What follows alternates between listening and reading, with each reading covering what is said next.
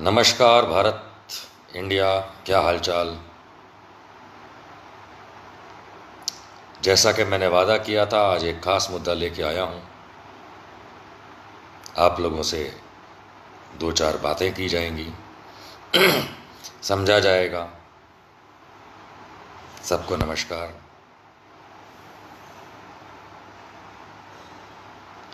जुड़ने के लिए धन्यवाद। और बस एक थोड़े से अंतराल में शुरू करते हैं। कैसे हैं परवेज़ भाई? नमस्कार।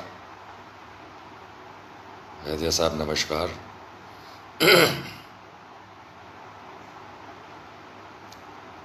आप लोगों से मुखातिब होने का मज़ा ही कुछ और है, बात करने का मज़ा ही कुछ और है। और आप लोगों का धन्यवाद जो समय निकालते हैं हमारी बात सुनने के लिए। आलोक त्रिपाठी जी, अस्सलाम वालेकुम, कैसे हैं आप? करमबीर भाऊ, good to see you out here. Thanks Samar for joining. Srini, नमस्कारम। ओके, सो मैं ठीक हूँ आलोक जी, आप कैसे हैं? I hope everything is fine.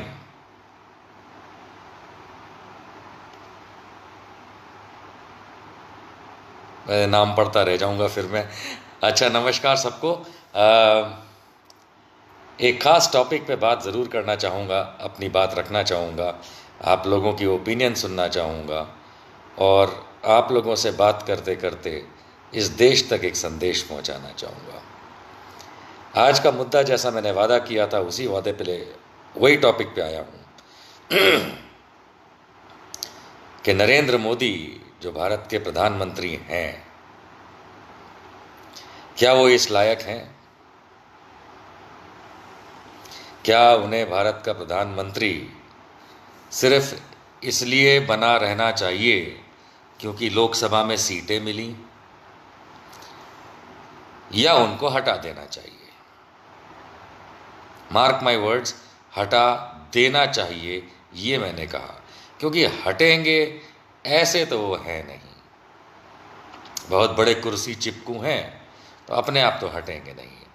लेकिन उससे पहले आइए एक छोटा सा विश्लेषण करें कि ये टॉपिक ही क्यों आया और मैं कहता भी क्यों हूँ कि नरेंद्र मोदी क्या इस लायक भी हैं कि वो प्रधानमंत्री बने रहें। देखिए, भारतवर्ष के संवैधानिक तरीकों में जो इलेक्शन की पद्धति है वो बहुत साफ है कि अगर आपको दूल्हेलाल जी मुझसे एक वोट भी अगर ज़्यादा मिल गया तो आप जीत जाते हैं। ये हमारे भारत के इलेक्टोरल पॉलिटिक्स का कटु सत्य है। लेकिन क्या मेरा संविधान भारत का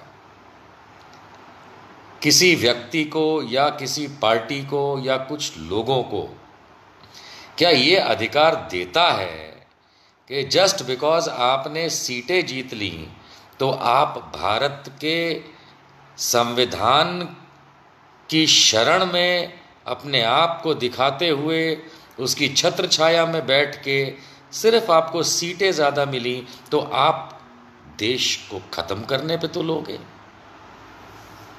क्या ये अधिकार देता है? सोना यादव जी, क्या ये अधिकार देता है? नहीं देता है। हमारे संविधान में कहीं ये नहीं लिखा कि जो पावर में आएगा वो लोगों के विरोध में काम करे।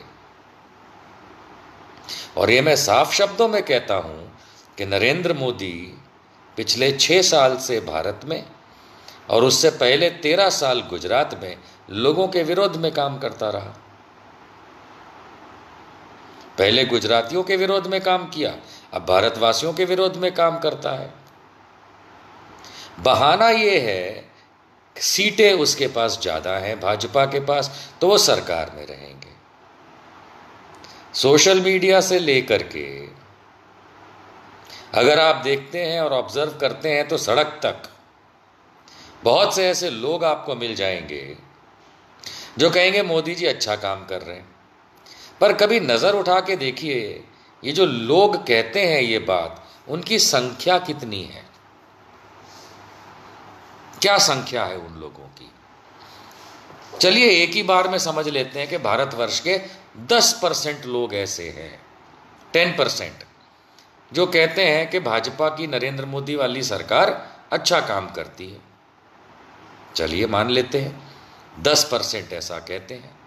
उन्हें तकरीबन 30% वोट मिले थे, और वो 30% वोट तो इसलिए मिले थे क्योंकि पूरा भारत तो वोट करने आया नहीं था। 65% से भी कम वोटिंग एवरेज थी। 35% भारत ने तो वोट भी नहीं किया था, और जिन्होंने वोट किया था उसका 30-40% अगर इनको मिल जाता है तो पूरे भारत के इलेक्टोरेट का वोट 25% भी नहीं होता। उन्हें शायद पूरे भारत में से 20% लोगों ने भाजपा को या मोदी को इलेक्शन में जिताया था। ठीक है, अब ये गणित में फंसाने वाली बात है जिसकी वजह से सीटें आती हैं, लेकिन हकीकत देखेंगे तो 80% लोगों ने तो उनको वोट नहीं किया। चाहे वो वोट करने ना गए हों, चाहे किसी और पार्टी को वोट किया हो, चाहे उन्होंने किसी निर्दलीय को वोट किया हो, जो भी किया हो, इन्हें तो वोट नहीं किया। लेकिन हमारे संविधान में दिए इलेक्शन की पद्धति और प्रोसेस को अगर समझते हैं तो वो ये कहता है कि 100 में से अगर मुझे 25 मिलते हैं और फरजाना को 26 मिलते हैं तो फरजाना जीत जाती हैं। लेकिन 25 और 26 का टोटल करते हैं दो लोगों के बीच में तो वो होता है 51। 49 लोगों ने हमको वोट नहीं किया फरजाना को, फिर भी वो जीत गई। ये हमारे इलेक्टोरल प्रोसेस की वो कमी है जिसका इस्तेमाल राजनीतिक पार्टियां करती हैं। और इसका जो गलत इस्तेमाल है वो इस तरीके से किया जाता है कि तुम देश विरोधी काम करो, मोदी साहब, तुम और तुम्हारी सरकार देश विरोधी काम करती है, लेकिन वो 20-25% जिसमें 10% शायद आपके लोग होंगे जो आजकल बड़ा पार्टी के साथ जुड़े माने जाते हैं, और बाकी इंक्लाइंड लोग होते हैं, वोट स्विंगर्स होते हैं, जो इधर से उधर वोट करते हैं और आपको जिता देते हैं। लेकिन भारत ने तो आपको यह अधिकार नहीं दिया, ना संविधान ने अधिकार दिया कि देश विरोध में काम करो। आपके पास बहुत सारा पैसा है सरकार के अंदर, वैसे गरीब सरकार है लेकिन खुद पे खर्च करने का पैसा है। आपकी पार्टी ने 2 नंबर से पैसे बनाए हुए हैं, और सब मिला करके इस समय कितने समय से एक ही प्रोपागेंडा करते हैं कि देखो हमने कितना अच्छा काम किया। ग्राउंड रियलिटी ये है कि आपने घंटा काम नहीं किया, कुछ काम नहीं किया आपने। मैं आपको गिना सकता हूं। एक इंपॉर्टेंट बात मैं बताता हूं, ध्यान से समझने की कोशिश करिएगा। मैं एक परिवार चलाता हूं। उस परिवार में जितने भी लोग हैं, मान लेते हैं कि वो नहीं कमाते, मान लेते हैं सिर्फ मैं कमाता हूं, तो वो परिवार चलाने का जिम्मा मेरा। ठीक, उदाहरण के तौर पे 1000 रुपये लगते हैं पूरे महीने के मेरे घर चलाने के, वो मुझे कमाने चाहिए। माने मैं सरकार हूं, भारत में सरकार जो बैठी है ये 1000 रुपये नहीं कमाती, ये ढेला नहीं कमाती। ये अपने घर के हर मेंबर को, भाई को, चाचा को, भाई को, बहन को, यानी आप लोगों को, हमको ये कहती है जाओ कमाओ और हमको टैक्स पे करो। साला हम 1 पैसा नहीं कमाएंगे, तुम हमको कमा के दो और हम उसमें से जिएंगे, ऐश करेंगे, मौज करेंगे, और तुमको सड़क पे चलने पे मजबूर कर देंगे। अगर ये हेड ऑफ द फैमिली का तरीका है, यानी सरकार का, तो ऐसे घोड़े को गोली मार देनी चाहिए, अर्थात इस सरकार को खत्म कर देना चाहिए। कौन करेगा? इलेक्शन जीत के आए। अरे भाई, इलेक्शन जीत के आए हो, भारत को तुमने नौकर नहीं बना लिया, बंधुआ मजदूर नहीं बना लिया। 80% भारत ने तुमको वोट नहीं किया। जिस दिन खड़ा हो जाएगा तुम परेशान हो जाओगे। कोई फौज नहीं बचाएगी तुमको मिस्टर मोदी, कोई पुलिस नहीं बचाएगी। तुमने, लोग नोटबंदी से शुरू करते हैं, मैं उससे 2 कदम पहले से चलता हूँ। 2014 से तुमने नाटक करना शुरू किया कि हम देश के प्रति काम कर रहे हैं, हमने पूरे भारतवर्ष को इलेक्ट्रीफाइड कर दिया, यानी गाँव में घरों में बिजली पहुँचा दी। 95% से ज़्यादा इलेक्ट्रीफाइड था ऑलरेडी ये देश, ऑलरेडी इलेक्ट्रिसिटी पहुँचती थी गाँव देहात शहर के अंदर। बचा खुचा तुमने 4-5% जो कर लिया, तो तुमने भारत पे एहसान नहीं किया, तुमको तश्तरी में मिली चीज़ उसको तुमने आगे बढ़ाया, और तुम कहते हो तुमने किया, यानी तुमने नहीं किया। जितने एयरपोर्ट तुमने खोले सारे बंद हो गए। मनरेगा को तुमने गाली दी, आज मनरेगा के बोझ तले तुम दबे हुए हो और लोगों को उसमें से काम दे करके पैसे दिला रहे हो। तुमने जिस चीज़ के बारे में कहा, तुमने ये कहा था 2014 के अंदर कि कांग्रेसियों, मैं कांग्रेस का नहीं हूँ लेकिन कांग्रेस का तुमने ये कहा था कि सबसे करप्ट लोग होते हैं, साला एक को तुम जेल नहीं पहुंचा पाए। जीजा जीजा करते थे, जीजा तो वो तुम्हारा बन गया भैया, जीजा तो वो तुम्हारा बन गया वाड्रा। मोदी जी, तुम आज तक उसका कुछ नहीं बिगाड़ पाए, क्योंकि उसमें कुछ बिगाड़ने जैसा है भी नहीं। तुम झूठ बोल करके आते हो। तुम्हारे साथ कैसे लोग होते हैं, वो काना राजा, राजा तो नहीं कहना चाहिए, क्या कहना चाहिए, कानिया बेवकूफ, रामदेव जैसा। आपको कैसा सरकार चाहिए जो गैस के दाम कम कर दे? बे रामदेव, वो श्री श्री 420 रविशंकर, पेट्रोल की कीमत कम हो जाएगी, तेरे अब्बा ने की, दुगने दाम पे चल रहा है आज देश। और फिर हम जरूर उस टॉपिक पे आएंगे जिसको कहते हैं नोटबंदी। आप लोगों की जानकारी के लिए, नोटबंदी हमेशा होती रही है, हम लोगों को पता भी नहीं चलता था। And a certain type of currency, note या कॉइन्स, वो बैंक रिटेन कर लेती थी, वापस नहीं करती थी, और वो मार्केट से ख़त्म हो जाता था, उसके बदले में नया आ जाता था। ये जो फौरन एकदम से करने का जो नाटक किया था, नवंबर 2016 से लेके आज 2020 की जून का महीना आ गया है, ये देश की अर्थव्यवस्था चरमराने का कारण तुम हो मिस्टर मोदी। जीएसटी का ड्रामा किया तुमने, उससे देश पे कितना बड़ा बोझ आया है कि आज तक निकल नहीं पा रहे हैं। हिंदू मुसलमानवाद तुम कराते हो, राम मंदिर तुम कराते, राम मंदिर घर पे बना लो भाई। मैं भी हिंदू, मेरे घर में भी राम मंदिर है, तो मैं, हमारा ठेकेदार बनने की ज़रूरत नहीं है।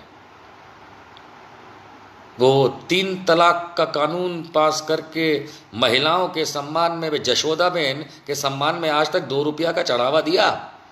कभी जाके उसको सेब खिलाए, कभी जाके केला खिलाया, कभी जाकर के उसको बोला चलो बीवी जान एक बार खाना साथ में ज़िंदगी में खा लें? नहीं नालायक, वो तो तेरे को आता नहीं है, और तू मुसलमानों की औरतों को धन्यवाद लेने चला है, तो तेरे से बड़ा कोई नालायक नहीं है।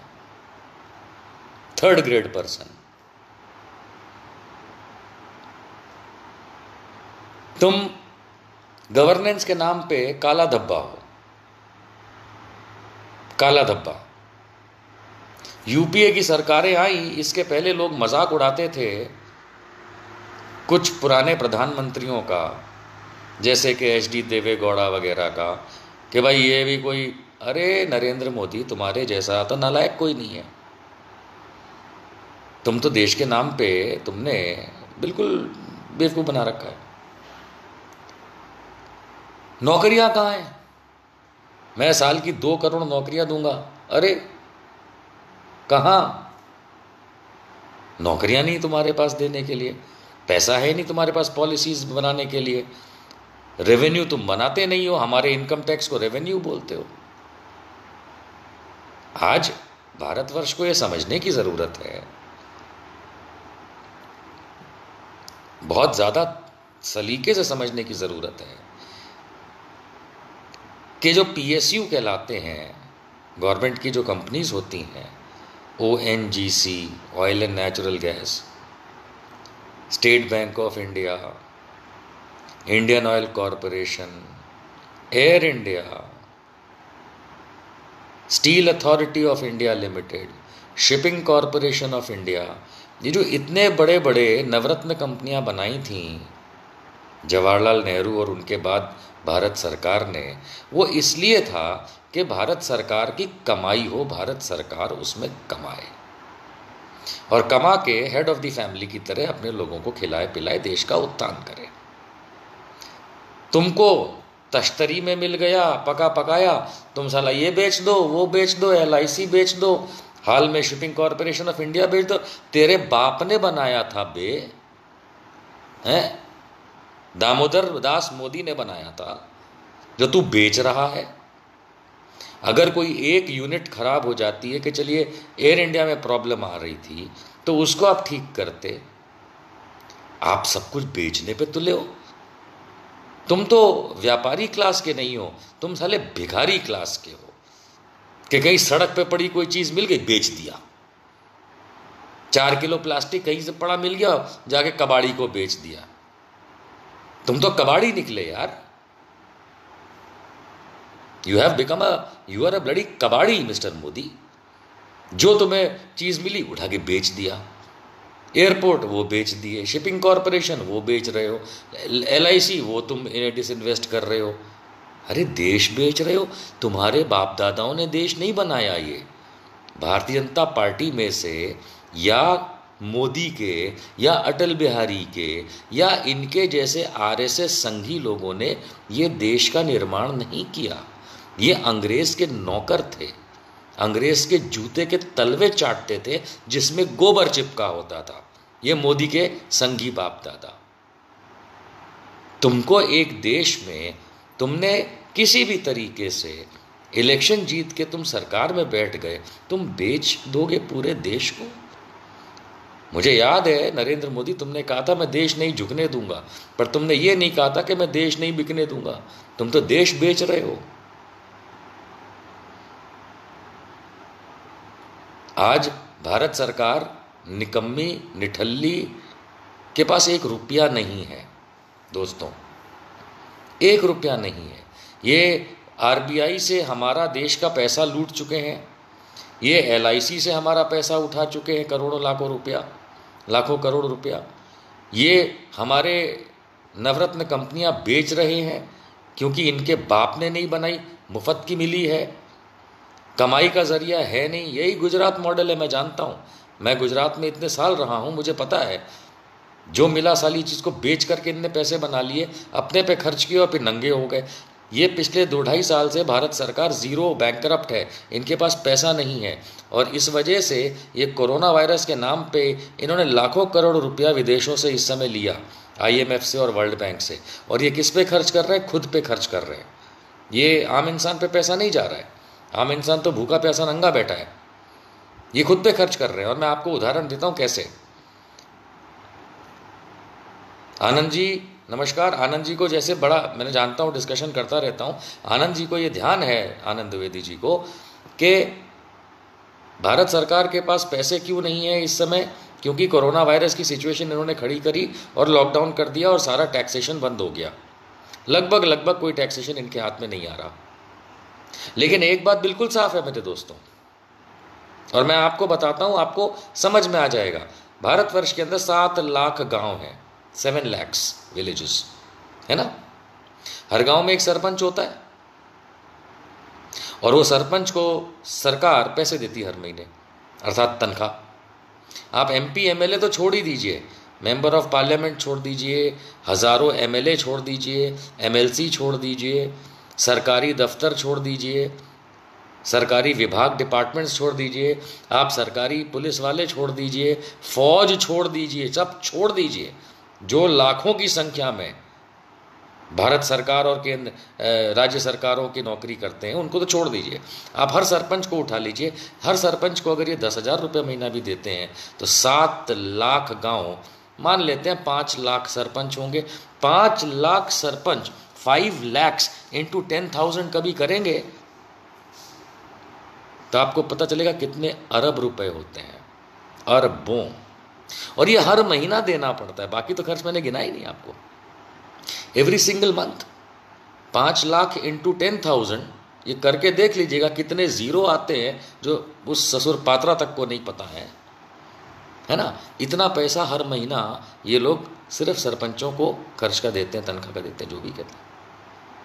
मैंने तो हिसाब भी नहीं लगाया कि लाखों लोग जो भारतीय फौज में नौकरी करते हैं उनकी तनख्वाह जाती है, लाखों लोग जो पुलिस में काम करते हैं अलग अलग राज्यों में उनकी तनख्वाह जाती है, लाखों लोग जो सरकारी विभागों में रेलवे से लेके वाटर वर्क मैनेजमेंट से लेके बिजली विभाग से लेकर के रोड बनाने के विभाग से लेके बैकएंड में जो सचिवालयों में बैठे होते हैं और पता नहीं किन किन दफ्तरों में उनकी तनख्वाह जाती है। मैंने तो गिनी भी नहीं अभी, एवरेज 20-25 हज़ार रुपया तो हर आदमी को जाता है। तो ये जो अरबों रुपया हर महीना चाहिए जो इनको मिल नहीं रहा है, जस्ट बिकॉज हम लोग टैक्स नहीं पे कर रहे हैं, क्योंकि कोई बिजनेसेस नहीं चल रहे हैं, काम धंधे नहीं चल रहे हैं, इसलिए इन्होंने विदेशों से पैसा लिया और ये भी अब ख़त्म हो गया। इसलिए आप लोगों के पास आपने देखा कि जो ये रोड पे चलते लोग जा रहे हैं, गरीब जो गांव में रहता है, झोपड़पट्टी में रहता है, आप और हम जो पैसे की तकलीफ इस समय भुगत रहे हैं, तो उसमें सरकार ने इसीलिए कोई मदद नहीं करी। इसलिए नहीं करी क्योंकि उनको खुद के खाने के पैसे चाहिए, जीने के। और अब वो पैसा भी जब खत्म हो रहा है तो ये लॉकडाउन के जो स्टेजेस हैं इसको अनलॉक करके खोलते जा रहे हैं। वो इसलिए खोलते जा रहे हैं कि दोस्तों आप लोग जाओ, बाहर जाके काम करो, सड़ो गलो मरो, क्योंकि भारत में तो लाखों पेशेंट हो गए हैं और ऐसे घोड़े की तरह तेज दौड़े जा रहा है कोरोना का वायरस।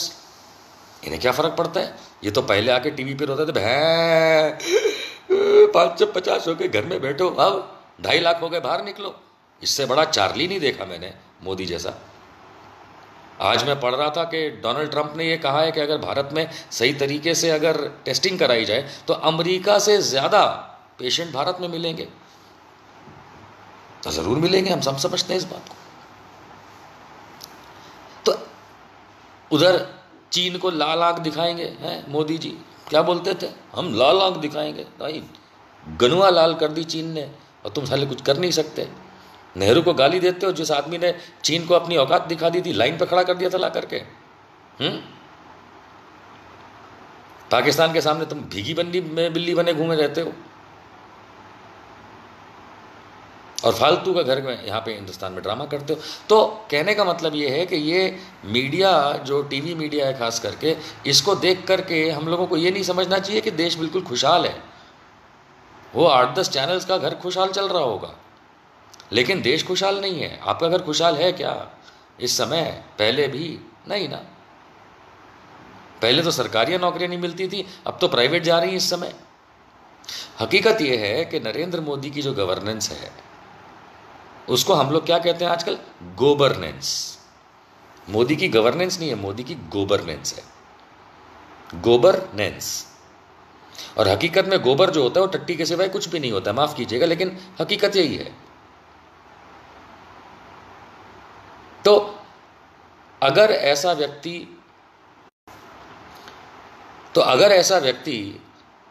अगर किसी बदौलत बैठ गया है कुर्सी पे आकर के, तो क्या मैं अपने देश को बर्बाद होने दूंगा? क्या आप अपने देश को बर्बाद होने देंगे? क्या हम उन फालतू के मीडिया रिपोर्ट्स को लेके खुश रहेंगे, मोदी जी ने अब ये कर दिया? अरे मोदी जी ने कुछ नहीं किया, मोदी जी बेवकूफ़ बनाते हैं। मीडिया के बहकावे में आकर के हम अपने देश को नहीं सौंप सकते फर्दर ऐसे लोगों के हाथ में। अब आप पूछेंगे कि तो साहब संविधान में तो कोई उपाय नहीं है, 4 साल तो और झेलना पड़ेगा। कतई नहीं झेलना पड़ेगा, कतई नहीं झेलना पड़ेगा, उखाड़ के फेंक दी जाएगी ये सरकार। हाँ, आप ये सवाल कर सकते हैं कैसे उखाड़ना है, वो आपका सवाल वैलिड आएगा। लेकिन आपका ये कहना कि इनको 4 साल नालायक को झेलना है या इसकी सरकार को झेलना है, वो तो हम नहीं होने देंगे। और ये जो डर लोगों ने मन में बिठा रखा है कि मोदी मरवा देगा और अमित शाह कर दे, अरे इनमें 2 कौड़ी की वो नहीं है, औकात नहीं है, कोई 2 कौड़ी की औकात नहीं है। तो आप कहेंगे कि फिर भाई इनके लोग जो हैं, संघी लोग जो हैं, वो सड़क पे, भाई बिना नाम लिए कहूँगा, जिस किसी की भी छोटी पार्टी की सरकार हो या बड़ी पार्टी की सरकार हो, जब पावर में होते हैं तो उसके लोग पावर में ही होते हैं। ये तो एक आम बात है। तो आज ये लोग अगर सरकार में बैठे तो इनके लोग पावर में होंगे, कोई फर्क नहीं पड़ता। क्योंकि अगर इसी डर से कि लोग पावर में हैं और इनके लोग क्या बोलेंगे, अगर यही डर से अगर जी रहा होता ना ये हिंदुस्तान, भारत, इंडिया मेरा, तो हमारे बाप दादा ना तो अंग्रेज से हमें आज़ाद करा पाते और ना हम खुले देश में जी पा रहे होते। क्योंकि यही चीज़ अगर मंगल पांडे ने सोची होती, ओहो हो अंग्रेज़ तो गोली मार देगा, तो मंगल पांडे रिवोल्ट नहीं करता, वो चुपचाप खाली नौकरी छोड़ के चला जाता। अगर यही डर होता कि अंग्रेज़ लाठी मारेगा तो गांधी लाठी के खाने के लिए नहीं तैयार होते, नेहरू लाठी खाने के लिए नहीं तैयार होते, लाला लाजपत राय लाठी खाने के लिए नहीं तैयार होते, बाबा अंबेडकर लाठी खाने के लिए नहीं तैयार होते। ये डर का माहौल तो सिर्फ संघियों में तब था, और ये अपने बिल में छुपे रहते थे और आज भी छुपे रहते हैं। इनमें कोई दम नहीं है। इनके मीडिया के बहकावे में आकर के कतई ये सोचने की ज़रूरत नहीं है कि भारतवर्ष जो है कोई इनका है ही नहीं। पहली बात तो इंडिया इनका है ही नहीं, इनका ये तो बोझ है हमारे सर पे। 2019 के इलेक्शन को जब मैंने एनालाइज किया तो मुझे ये मालूम चला कि भारतीय जनता पार्टी बहुत बुरी तरह पिट जाती और हार जाती, लेकिन डिवीजन ऑफ वोट जो था वो ऑपोजिशन के अंदर हुआ। 30% वोट वोटर्स का 30% वोट, 35% वोट बीजेपी को मिला, वो भी स्प्रेड इवन नहीं, अलग अलग टुकड़ों में, कहीं पे कंसोलिडेटेड, कहीं पे बिल्कुल भी नहीं। लेकिन जो विपक्ष था उसका वोट डिवाइड हो गया, जिसमें बीजेपी ने ही चाल खेली थी और कई विपक्षी दलों को ऐसे लड़वा दिया था जैसे वोट डिवीजन हो जाए। तो ये गेम खेला जाता है, इसमें कोई बड़ी बात नहीं है। लेकिन क्या ये 4 साल तक इंतजार किया जाएगा? मैं तो नहीं करूंगा। ये मोदी जैसे नालायक, अमित शाह जैसे बेवकूफ़ और तड़ी पार गधों को, इनको तो मैं नहीं अलाउ करूंगा। अब आप बोलेंगे तुम कौन हो? मैं पता नहीं कौन हूं, मैं भारतवासी हूं, आम इंसान हूं, जैसे आप हैं वैसे ही मैं हूं। हकीकत मानिए वैसे ही वो लोग भी हैं। इस देश का इतिहास रहा है, सरकारें उखाड़ के फेंकी गई हैं। आपको मैं याद दिला दूं, 1975 में इंदिरा गांधी ने इमरजेंसी लगाई थी, 1977 में उनकी सरकार को उखाड़ के फेंक दिया गया था। – 2004 में शाइनिंग इंडिया वाले ये कहने वाले कि मेरे सामने कौन टक्कर ले सकता है, ऐसे नालायक अटल बिहारी वाजपेयी को उखाड़ के फेंक दिया गया था। नालायक क्यों बोला मैं जानता हूं, क्योंकि नालायक था, उसी ने 2002 करवाया था। मोदी तो खाली मोहरा था एक। ऐसे नालायकों की सरकार उखाड़ के फेंकी गई है। 2014 में मनमोहन सिंह की सरकार को उखाड़ के नहीं फेंका गया था, 10 साल की एंटी इनकम्बेंसी थी, हार गया।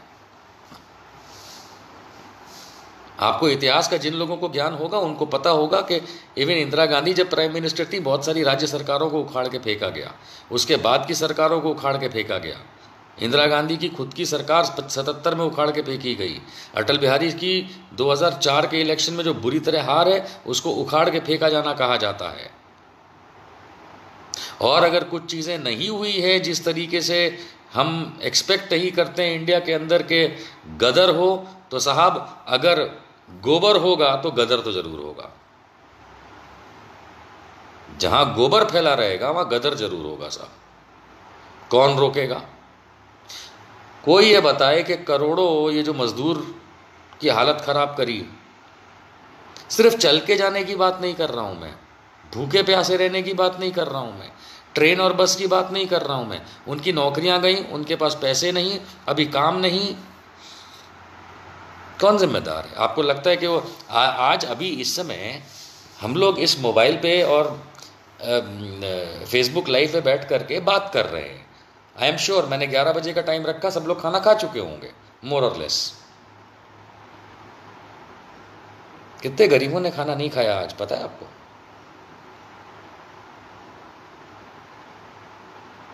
नहीं पता है आपको नहीं पता है कि आज कितने गरीबों ने खाना नहीं खाया। आप लोग ने डिनर कर लिया, मोदी साहब ने तो 8 बजे ही कर लिया होगा। इस देश में करोड़ों लोग रोज एक टाइम का ही खाना खाते हैं। जानते हैं क्यों? क्योंकि 2 टाइम वो एफोर्ड नहीं कर पाते। ये तो कोरोना से पहले की सिचुएशन बता रहा हूं मैं सर आपको। करोड़ों लोग इस देश में एक टाइम खाना खाते हैं। क्योंकि 2 टाइम का वो अफोर्ड नहीं कर सकते. They are not as privileged like us to get up in the morning to grab a cup of tea or coffee, have a breakfast of your choice, nibble on your lunch, and have a glass of wine along with dinner. And if you don't drink, it's okay, you still have a good dinner. वो एक बार में 2 रोटी या 3 रोटी प्याज के साथ खाते हैं, पूरे दिन में सिर्फ इतना खाते हैं. करोड़ों लोग हैं इस देश के अंदर, करोड़ों बच्चे हैं. मैं आपको बताऊं, इस हमारे बच्चों के पास दूध है, सेरेलैक है, नेस्ले के फूड प्रोडक्ट्स हैं, बॉइल्ड एग खिलाया जाता है, सीरियल्स खिलाए जाते हैं. थोड़े बड़े हो जाते हैं तो मोल्टोवा, बूस्ट, बॉर्नविटा पिलाया जाता है. हमारे बच्चों के सारे वैक्सीनेशंस टाइम से लग जाते हैं. डॉक्टर 10 गुना कीमत लेता है, हम देते हैं. हमारे बच्चे और थोड़े बड़े होते हैं तो उनके लिए सेपरेट बेडरूम या कम से कम सेपरेट बिस्तर होता है. अच्छे स्कूल में जाते हैं, अच्छे कपड़े पहनते हैं. इस देश में ज़्यादातर बच्चा दिन में 100 मिलीलीटर दूध से ज़्यादा नहीं पीता, मैक्सिमम. इसलिए मिड डे मील वगैरह चलाया जाता है ना. लेकिन एवरेज निकालेंगे तो 100 ml से ज़्यादा का दूध ज़्यादातर छोटे बच्चे बिलो 5 नहीं पीते, है ही नहीं. They don't get. क्योंकि हमारी जो सरकार है वो देना नहीं चाहती, गरीबों से मतलब नहीं. एंड बाय द वे, आप और हम, we don't even make more than 10% of the population of this country, जो शहरों में रहती है बड़ी. हमारे देश में 80% से ज़्यादा लोग गांव देहात छोटे कस्बों में रहते हैं. उनका सोचिए कि वैसे ही हमारे देश के अंदर कोई बहुत आलीशान अय्याशी तो है ही नहीं कहीं भी. उस पे ये लॉकडाउन करके, इन्होंने जो ये बंद करके, ये जो करोड़ों लोगों को भूखा मारने की कोशिश की है, बिल्कुल. तो ऐसे नालायक ग्रीन मैंगो मोर्स को क्या हम अफोर्ड करेंगे? नहीं करेंगे. अभी सुनने में आया है कि फाइनेंस मिनिस्टर ने कहा है कि 2021 के बजट आने तक कोई नया प्रोजेक्ट नहीं बनेगा. हाँ, भिखारी सरकार है, खत्म कर दिया सारा पैसा. वही जो इस आदमी ने गुजरात में किया था. आपको जान के हैरानी नहीं होनी चाहिए कि गुजरात जो है वो सबसे पुअर स्टेट्स में से है इंडिया में. पेपर वर्क मत देखिएगा, वहाँ जाके ज़मीन पे देखिए. ना इंडस्ट्रीज़ है, ना फैक्ट्रीज़ है, ना MSME है, ना लोग काम करते हैं. और लोग जो ये कहते हैं ना गुजराती लोग बड़ा बिजनेस माइंड होता है, तो कुछ गुजराती लोग हो सकते हैं. बाकी हर दुकानदार को बिजनेसमैन बोलना है तो हर राज्य में दुकानदार होते तो सारे ही बिजनेसमैन हुए. ये जो मिसनॉमर फैलाया हुआ है मोदी जी ने कि हम बिजनेस क्लास लोग होते हैं, गुजराती लोगों को बोलते हैं बिजनेस क्लास लोग, ऐसा कुछ नहीं है. ऐसा कुछ नहीं है. वो तो हर राज्य में बिजनेस क्लास होता है. वो उनका प्रोपागेंडा है, ठीक है, वो अपनी जगह, मैं उसको डिस्कस नहीं करना चाहता. But the larger question is, would we want such kind of an idiot to be continuing as the prime minister of this nation along with the kind of government that it is running, जिसके पास पैसा नहीं है, जिसके पास कोई vision नहीं है, जिसके पास कोई नीति नहीं है, जिसके पास कोई सर नहीं है, पैर नहीं है, हाथी नहीं है, घोड़ा नहीं है, पूंछ नहीं है, बंदर नहीं है, कुछ भी नहीं है. No, I will not permit this thing to happen. I will not allow. मैं कौन हूं? मैं वो भारतवासी हूं जो अलाउ नहीं करेगा. आप कौन हैं? आप मेरे साथी हैं. वरना रात को 11:30 बजे इस समय मेरे साथ बैठ करके बात नहीं कर रहे होते. इतने अच्छे अच्छे तरीके से लिख करके मेरे साथ इंटरेक्ट नहीं कर रहे होते। आप लोग कंसर्न्ड सिटीजन्स हैं, आप सारे के सारे जो देख रहे हैं वो कंसर्न्ड सिटीजन्स हैं। वो जानते हैं कि इस देश का भट्टा बिठा दिया है इन नालायकों ने और इस चीज़ को ठीक करना है। और ये ठीक करने के लिए मैं आपको क्लियरली बोल रहा हूँ, मैं किसी पॉलिटिकल पार्टी की तरफ नहीं देखता, मैं किसी पॉलिटिकल आइडेंटिटी की तरफ नहीं देखता, मैं किसी नेता की बात नहीं करता, नहीं। जो करना है हमने करना है। इनको उखाड़ के फेंकना है तो हम ही फेंकेंगे, चाहे जो मेहनत लगे उसके पीछे। और जो ससुर का नाती ये बोलेगा कि संविधान की वजह से उनके पास 4 साल और हैं, तो ऐसे संविधान को बदलना पड़ेगा। क्या संविधान नहीं बदल सकते? अबे रोज बदलते हैं लोग बैठ के, रोज अमेंडमेंट ये अमेंडमेंट वो। सुप्रीम कोर्ट भी अमेंड कर देता है, सरकार भी अमेंड कर देती है, पार्लियामेंट भी कर देती है। Constitution is for the people, by the people, of the people. तो जब पीपल का है तो पीपल बदलेगा इसको। कहां बदलेगा वो जरा इंतजार कीजिए, कहां बदलेगा। क्योंकि अब हम ये चीज सहन नहीं करेंगे दोस्तों, हम नहीं सहन करेंगे। हो गया ये जितना ड्रामा। ये टिड्डे ने, मोदी नाम का जो टिड्डा है ना, पाकिस्तान की तरफ से जो उड़ के आया है, इसने पूरा बर्बाद कर दिया है। और इस टिड्डी दल को हम नहीं चलने देंगे। ये सब चिन्मयानंद की जो औलादें हैं, इनने देश का बलात्कार कर दिया। कौन है ये जितने संघी हैं ना, या तो ये जोशी जी वाले हैं और नहीं तो ये चिन्मयानंद की औलादें हैं। जो भी हैं ये, इन्होंने देश का भट्टा बिठा दिया है। और देश का भट्टा बिठा दिया है तो भारत सरकार सुन लो, भारतीय फौज सुन लो, भारतीय पुलिस सुन लो, भारत के कानून सुन लो, भारत के सुप्रीम कोर्ट, हाई कोर्ट, सलाम सुन लो। आप हमारे हो, हम आपके हैं। और आपके और हमारे खिलाफ जो जाएगा, पब्लिक उसका साथ नहीं देगी। ये नरेंद्र मोदी, अमित शाह जैसे, राजनाथ सिंह, निर्मला सीतारमन, प्रकाश जावड़ेकर जैसे नालायक लोग बैठ करके जो देश का भट्टा बिठा रहे हैं, जिसमें मिला लीजिए पीयूष गोयल, है ना, ये सारे जितने नालायक हैं, आप जो वर्दी में हैं उनका फ़र्ज़ बनता है इनको सल्यूट करें, ज़रूर कीजिएगा।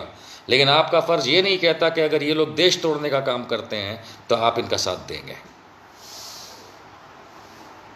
भारतीय फौज, भारतीय कोर्ट, भारतीय सरकारी महकमे से मैं निशांत वर्मा याद दिला रहा हूं आपको कि आपका काम भारत की सरकार, भारत के लोग, भारत की सरहद, भारत के हर उस चीज़ की रक्षा करना है हम लोगों के साथ मिलके जो हमारा है।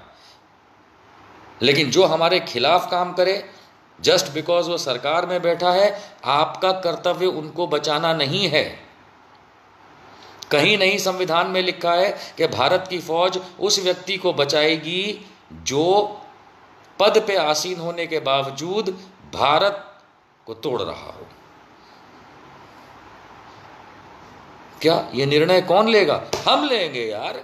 इनको बनाने वाले हम तो इनको बिगाड़ने वाले भी हम। संविधान भी हम ही ने बनाया है, by the people, for the people, of the people. Court भी हम ही है, सब लोग हैं कोर्ट जितने भी हैं इस देश के अंदर, जिसमें से जजेस लोग बैठे हैं उनके पास हम जाते हैं। तो कोर्ट में जाते हैं इसीलिए जाते हैं। तो कोर्ट ये तो नहीं कहेगा कि प्रधानमंत्री हो तो जाओ देश का नुकसान करो, नहीं तो नहीं कहेगा, बिल्कुल नहीं कहेगा। उसी तरीके से हर चीज़ आप मान करके चलिए कि आप और हम एक ही हैं। भारत की सेना, भारत की पुलिस, भारत का कानून, भारत के लोग, भारत के बिजनेस, भारत के किसान, भारत की महिलाएं, भारत के बच्चे, भारत के आदमी, हम सब एक देश हैं।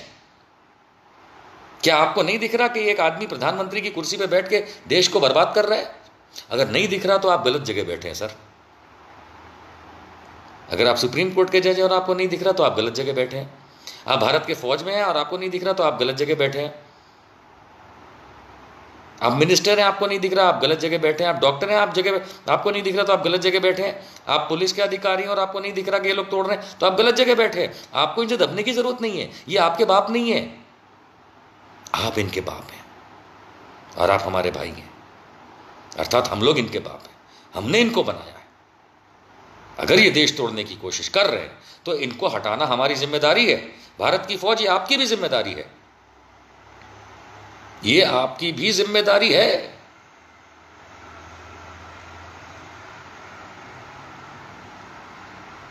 रामलीला मैदान से 1975 25 जून को जब विपक्षी दलों ने इंदिरा गांधी के खिलाफ भारतीय फौज को यह आह्वान किया था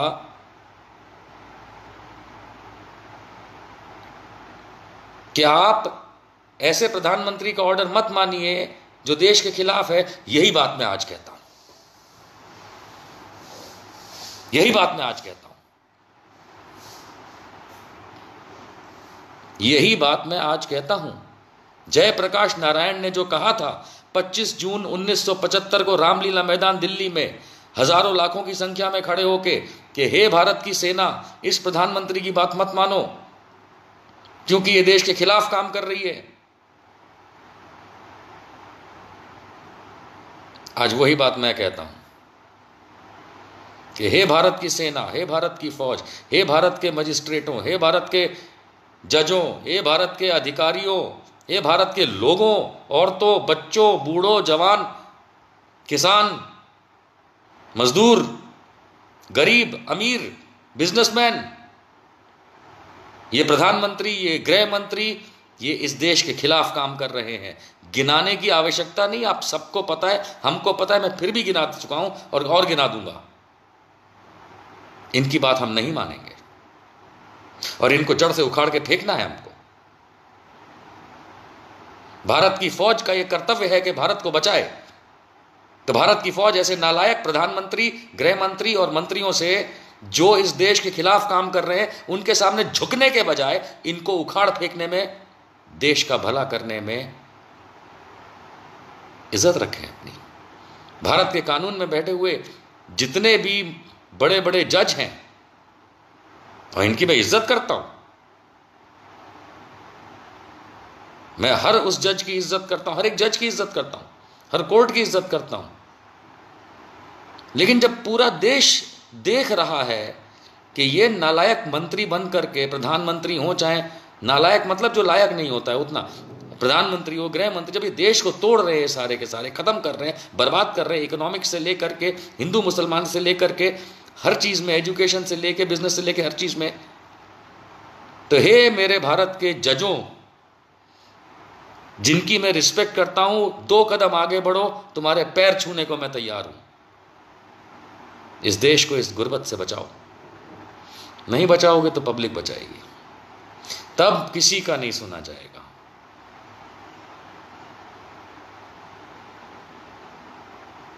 नरेंद्र मोदी को हटाना है, अमित शाह को उखाड़ फेंकना है। ये दोनों लोग मिल करके जो अपने भाजपा के दूसरे मंत्रियों के साथ सिर्फ इसलिए कि इन्हें सीटें मिली हैं, वो पॉलिटिकल इलेक्टोरल मेथड से जो मैंने आपको बताया, जिसमें 80% भारत ने इनको वोट नहीं किया है, इन्हें जड़ से उखाड़ना है इस जमीन की गरिमा के लिए। बहुत जल्द मैं निशांत वर्मा इस टॉपिक पे आगे की बात करूंगा, कैसे जिसे साथ देना हो सलाम, जिसे साथ ना देना हो तुम फिर भी हमारे भाई हो। जय हिंद, जय Bharat, I love you India.